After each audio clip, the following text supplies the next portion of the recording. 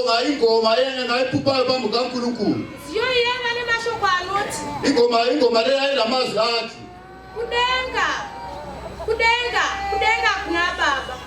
Tichanomuona kudenga kuna baba. Ezulwini kuNkulunkulu sizambona ezulwini kuNkulunkulu.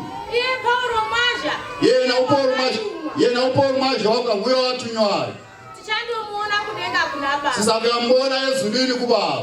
Iye mambo Jesu tichanomuona kudenga kuna baba. Yena inkosi yethu Jesu Kristu sizambona ephezulu kuBaba. Bavumira bachiti. Abaphumayo babevuma besithi Tichantomuona